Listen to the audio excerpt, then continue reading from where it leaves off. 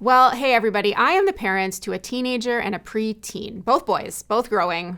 Let me tell you how many shoes I buy on a regular basis, and both coming into their own personalities in middle school and high school. They are both figuring out what it means to be a sibling as well. One of them loves to get the last word no matter what. The other one loves to poke holes in all of his brother's logic. One likes to pull the older sibling card when it comes to privileges or even chores, and one likes to use his younger sibling charm, you might say, when it comes to things like later bedtimes that his brother would have never been allowed at his age, or additional screen privileges that were not even offered up when his brother was younger. And parents, maybe you can relate to this. Sometimes our older son, he just gives us the eyebrows and simply demands what gives. When things get a little fuzzy, he wants to know what warrants a rule and what doesn't.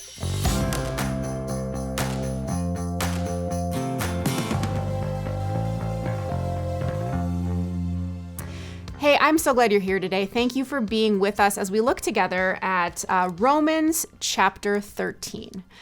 Yesterday, we talked about the idea of love from chapter 12, but it wasn't just any love. It was love that was genuine, sincere, love that was real. Because just as God gives each of us unfiltered and unconditional love that doesn't discriminate between any of us based on what we do or don't do, the Christian life, it invites us to be real, to share who we are with the world in a true and non-conforming way. Well, today, chapter 13, it continues with this idea of love.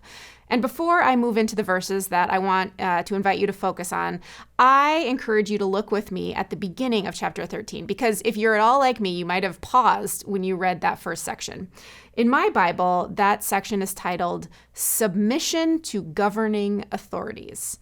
And I admit that made me a little curious. So as I was studying and learning more about the entire book of Romans, here are two things that might be helpful for all of you to know about this part in particular. Number one, we have to remember that Paul's idea of government, it would have been totally different than anything we experience today, especially those of us who live in a democratic political system. The idea that elected officials were people who you voted in or out of office, that wouldn't really translate if Paul was somehow with us today to have a conversation about it.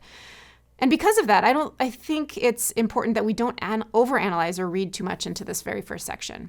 However, we also need to keep in mind that Paul is guided by the idea of God's perfect love, which propels us into the Christian life for the sake of our neighbors. More on that in a second. So maybe it is important to recognize that some laws do keep our neighbors safe. Honoring people in our communities, that's a good thing for society. Okay, so with those two things in mind, today we're going to focus on reading particularly verses 8 through 10. Paul here, he is talking about laws and commandments again, and after listing some of them, he says this in chapter 13. He says, whatever command there may be, it's summed up by this one command: love your neighbor as yourself. Love does no harm to a neighbor, therefore love is the fulfillment of the law. See, Paul, he's in this new community of Jesus followers in Rome with both the Jews and the Gentiles, and together they are all wondering, just like my kids do the longer we parent, what warrants a rule and what doesn't. And Paul has spent plenty of time in the chapters leading up to this reminding us that the rules that many people have when it comes to faith are no longer needed because of Jesus.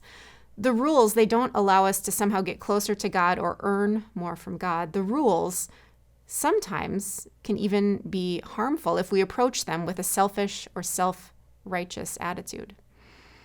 And yet, when it comes to rules that focus on love, Paul wants us to be all ears.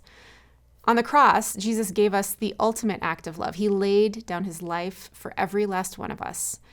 And now that we only know life as it is after Jesus' resurrection, even though Jesus isn't there to tell us this, the greatest commandment, as he said it, still remains loving our neighbor as ourselves.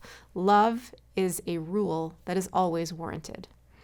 So here today, I have some questions for you focused around these verses. Number one, what faith rules keep us from loving others? And number 2, how could a law of love change us?